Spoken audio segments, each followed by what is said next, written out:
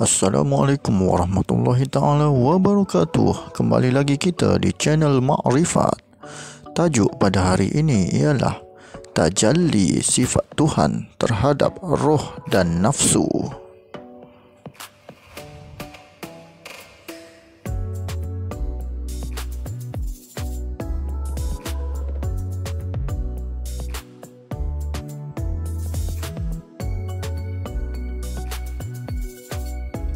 Sebelum itu sahabat sekalian, jangan lupa subscribe all, like, komen dan share supaya ianya bermanfaat kepada orang lain juga.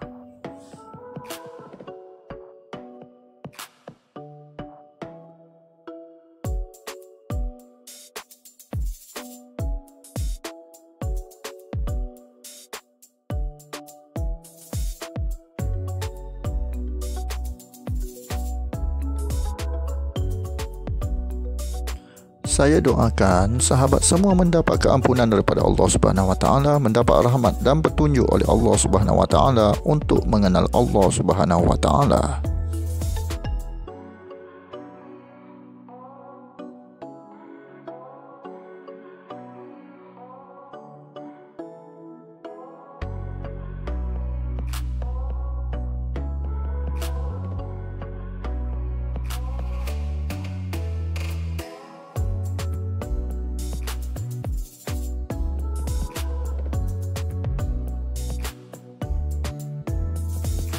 Ilmu ini adalah ilmu tasawuf, hakikat ma'rifat.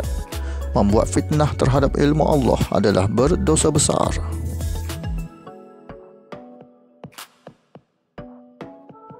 Tajalli sifat Tuhan terhadap roh dan nafsu.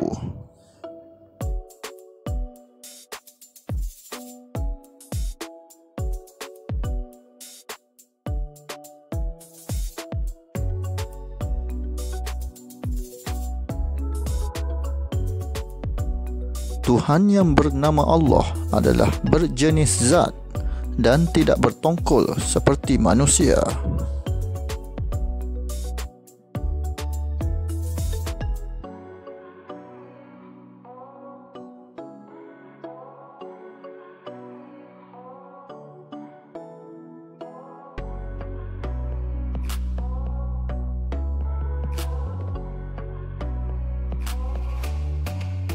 Maka Tuhan ciptakan roh kepada manusia untuk menyandarkan segala sifat-sifatnya kepada roh tersebut.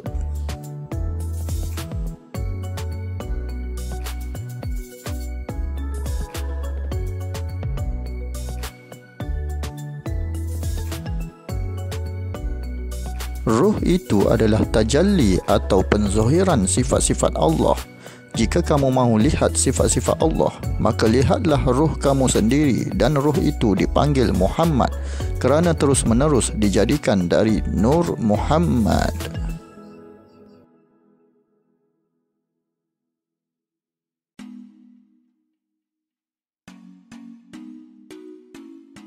Sifat Allah yang disandarkan kepada roh itu ialah sifat An-Nur, maka roh itu bercahaya.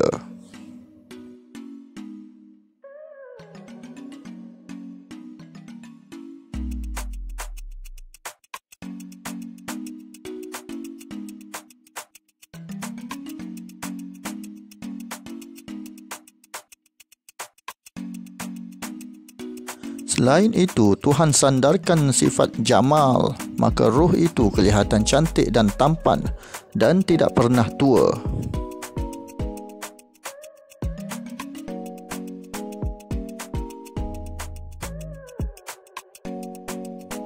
Tuhan juga sandarkan sifat Hayat, maka roh itu akan hidup dan tidak pernah mati.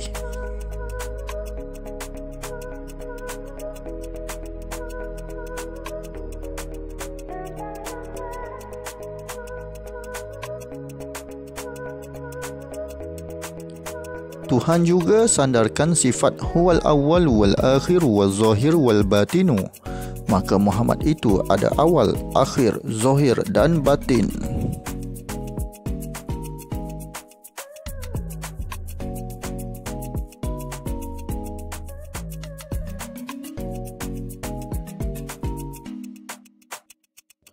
Muhammad awal ialah Nur Muhammad. Muhammad akhir ialah Nabi Muhammad sallallahu alaihi wasallam. Muhammad zahir ialah Nabi Muhammad sallallahu alaihi wasallam dan Muhammad batin ialah ruh manusia. Kenapa ruh disebut Muhammad? Kerana diciptakan terus-menerus dari Nur Muhammad.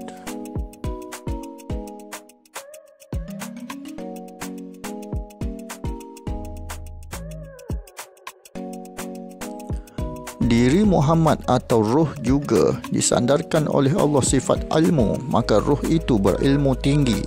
Dan jika ruh kita bersih, maka ruh itu akan mengajarkan ilmu laduni untuk diri kita.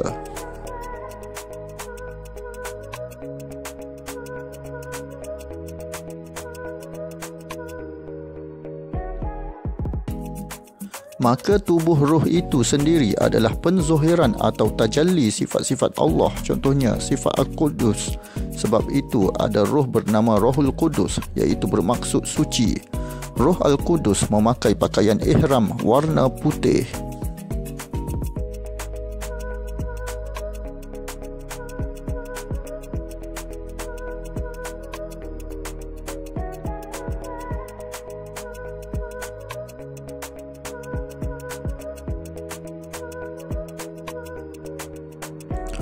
Muhammad ruh juga adalah penzohiran sifat Tuhan yang bernama Ruh Latifur Rabbani, iaitu cahaya intan. Ruh ini makamnya di atas daripada Rohul Qudus.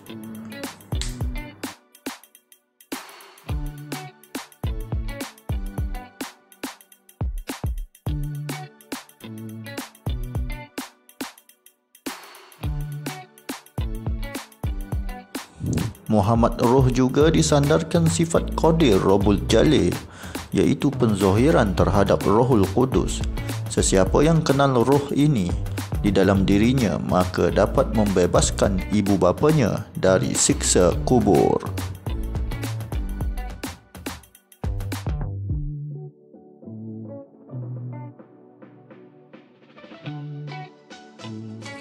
Maka diri Muhammad, ruh yang sebenar ialah Rohul Amin atau dipanggil juga Roh Idafi.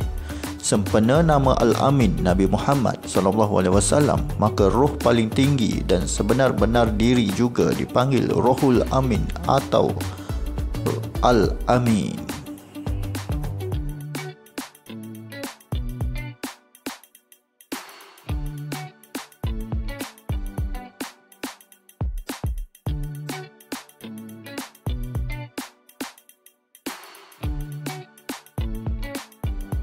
Rohani dan roh nurani adalah diri pertama roh dan merupakan tajalli penzohiran sifat-sifat Allah. Jika kamu mahu lihat sifat-sifat Allah, maka lihatlah roh kamu tersebut. Sebab itu, mahu kenal Allah, perlu kenal diri dahulu.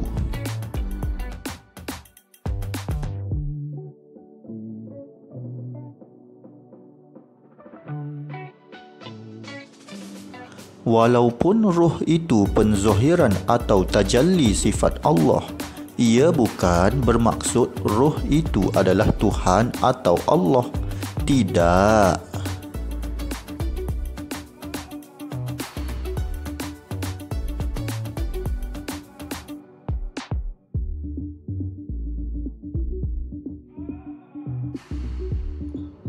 Ianya hanya penzohiran untuk menyatakan keberadaan zat Tuhan.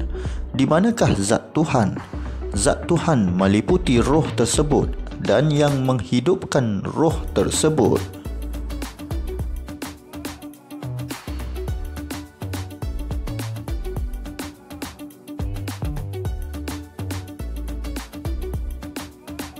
Alhamdulillahi Rabbil Alamin bermaksud segala puji bagi Tuhan sekalian alam. Sekalian itu bermaksud meliputi, iaitu meliputi zahir dan batin.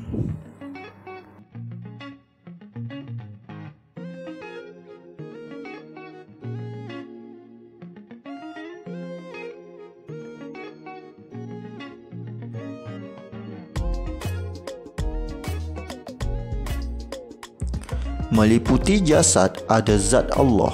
Dalam diri jasad ada roh. roh itu penzohiran sifat hayat Allah, maka jasad boleh hidup kerana ada roh.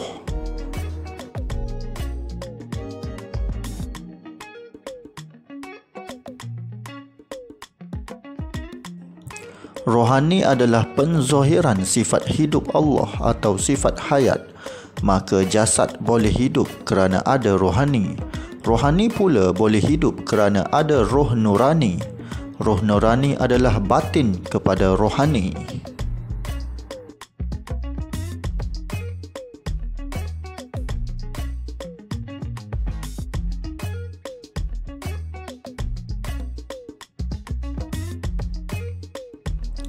Roh nurani hidup kerana ada Rohul Qudus, dan Rohul Qudus hidup kerana ada Roh Latifur Rabbani.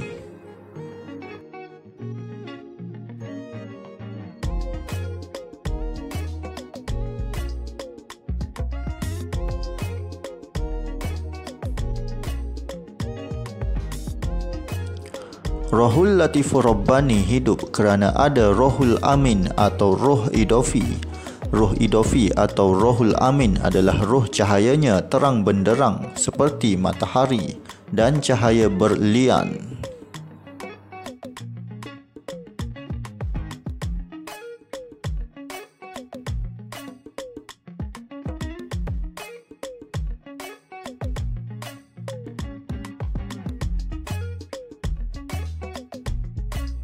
Roh Idafi atau Rohul Amin hidup kerana adanya zat Allah, maka zat Allah itu adalah kuasa segala kuasa yang menghidupkan semua sifat-sifat yang lain.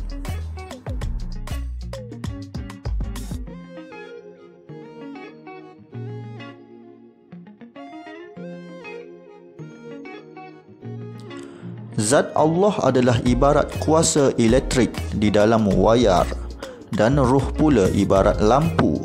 Lampu menyala kerana ada elektrik di dalam wayar tersebut.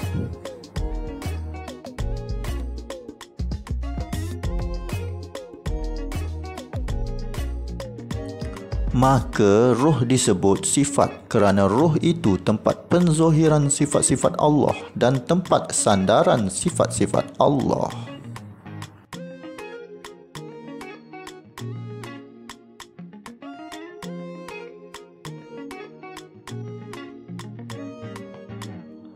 Penzohiran yang kedua ialah nafsu.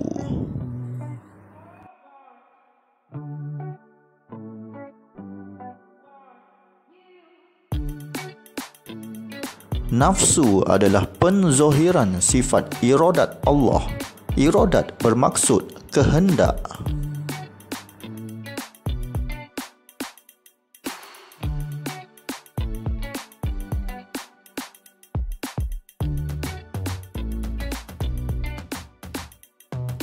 Iradat adalah sifat kehendak Allah, tapi Allah zahirkan sifat iradat itu menjadilah ia nafsu.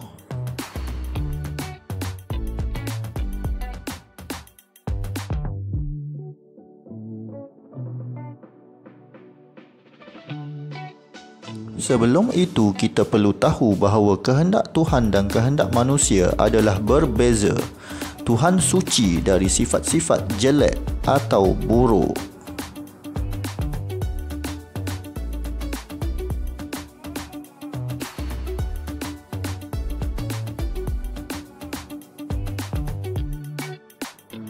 Tuhan hanya sandarkan sahaja kepada nafsu, sifat kehendak menzohirkan iradat atau kehendak itu, maka terjadilah nafsu.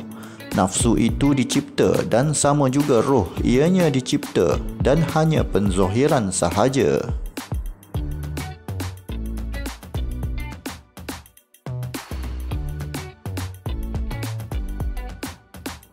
Manusia mempunyai sifat yang lemah dan Allah tiada sifat lemah, maka Tuhan hanya sandarkan sahaja sifat iradatnya kepada manusia sebagai ujian.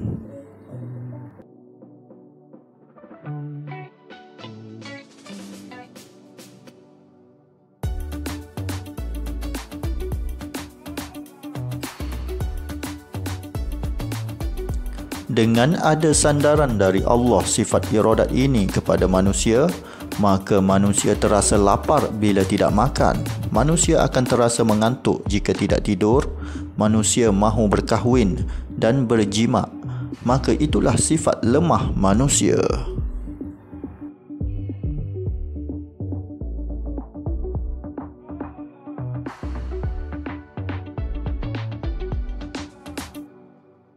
Sedangkan Tuhan suci dari segala sifat-sifat lemah seperti makan minum, mahu berkahwin dan mahu berjima dan mahukan kerja.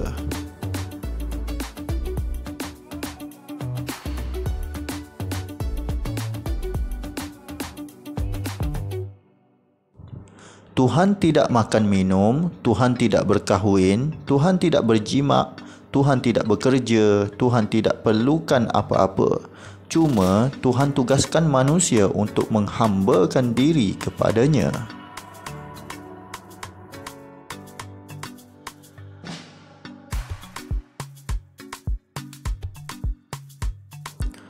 Tapi takhta Tuhan tidak akan jatuh kalau hambanya tidak pernah menyembahnya. Tapi Allah akan siksanya di akhirat kerana tidak menjalankan amanah Allah untuk menyembahnya.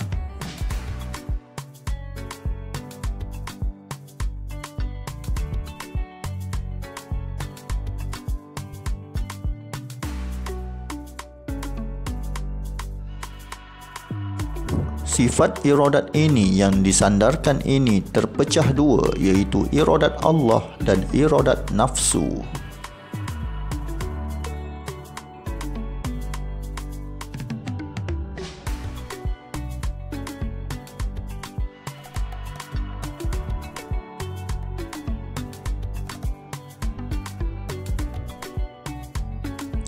Iradat Allah ialah Tuhan hanya sandarkan sifat kehendak itu, maka di atas kitalah untuk memilih yang mana baik dan yang mana buruk, kerana Tuhan bagi akal untuk memilih.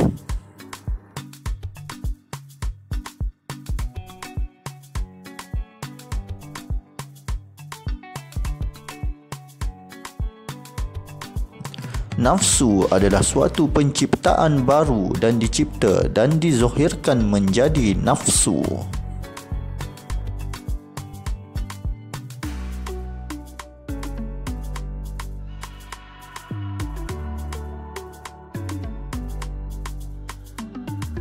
Nafsu bukanlah Tuhan, tetapi nafsu adalah penzohiran sifat iradat Tuhan. Kehendak manusia dan kehendak Tuhan adalah berbeza.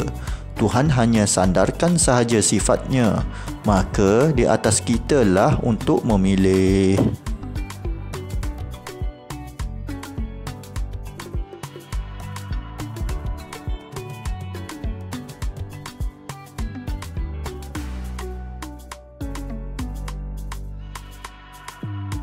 Tempat memilih inilah dipanggil ujian. Tuhan menguji hambanya dengan nafsu. Dengan adanya nafsulah maka dapat diuji siapa yang paling bertakwa.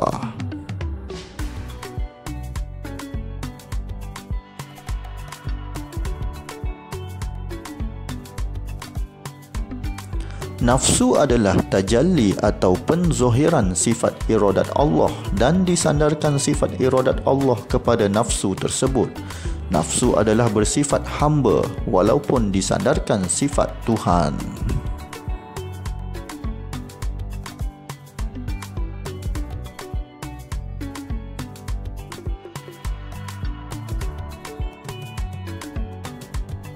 Tuhan bagi akal kepada kita untuk menggunakan iradat atau kehendak Allah ini dengan cara yang benar.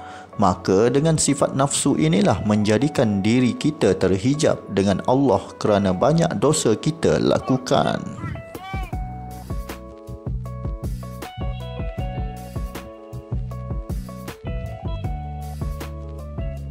Jika kita mengikut iradat nafsu atau kehendak yang dilarang, maka kita mendapat dosa. Dan jika kita ikut iradat Allah dengan melakukan kebaikan, maka kita mendapat pahala.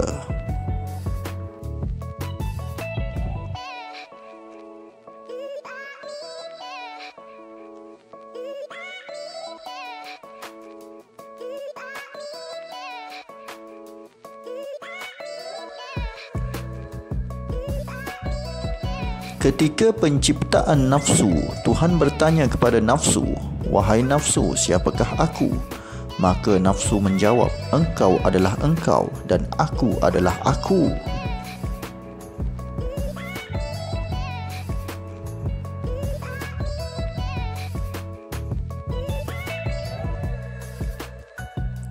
Kemudian Tuhan meletakkan nafsu di dalam neraka selama 70,000 tahun dan bertanya, "Wahai nafsu, siapakah aku?" Maka nafsu menjawab, "Engkau adalah engkau dan aku adalah aku."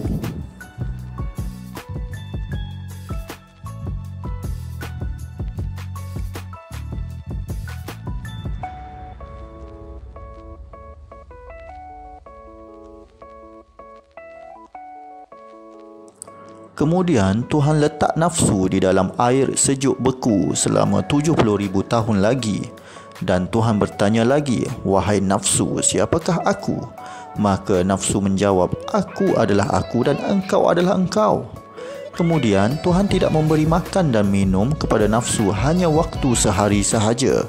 Maka Tuhan bertanya, "Wahai nafsu, siapakah aku?" Maka nafsu menjawab, "Engkau adalah Tuhanku dan aku adalah hamba-Mu."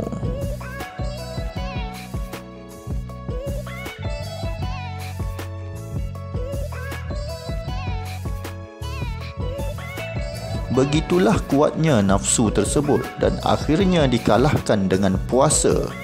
Puasa di sini dalam segi hakikat ialah bertapa atau bersuluk atau khalwatillah. Dengan bertapa, kita tidak makan minum dan hanya menumpukan ibadah.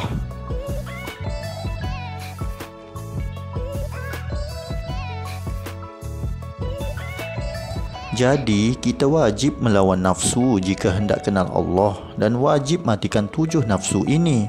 Andai Tuhan tidak ciptakan nafsu, maka manusia tidak akan makan dan berkahwin dan tidak akan berkehendak.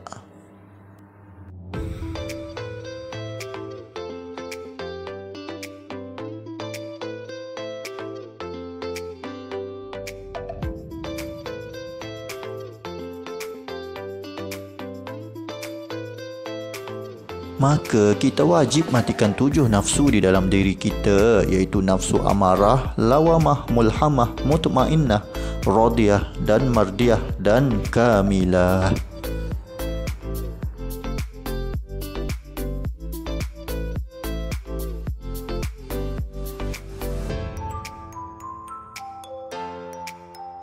Sebab itu Allah mengatakan di dalam Al-Quran, "Aku tidak akan mengubah nasib sesuatu kaum sebelum kaum itu mengubahnya sendiri."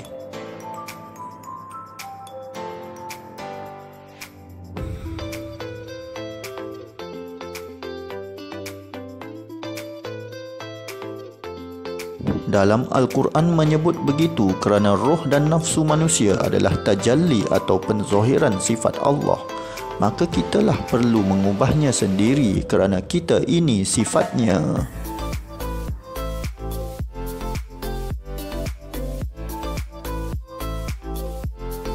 Contohnya, jika sekitar rumahmu banyak lalang atau rumput panjang, maka kamulah yang kena tebas rumput itu kerana kamu adalah sifat daripada Tuhan.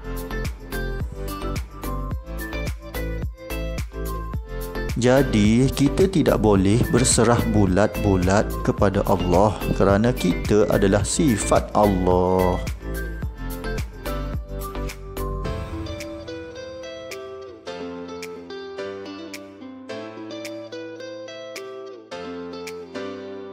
Semoga bermanfaat semua. Wassalam.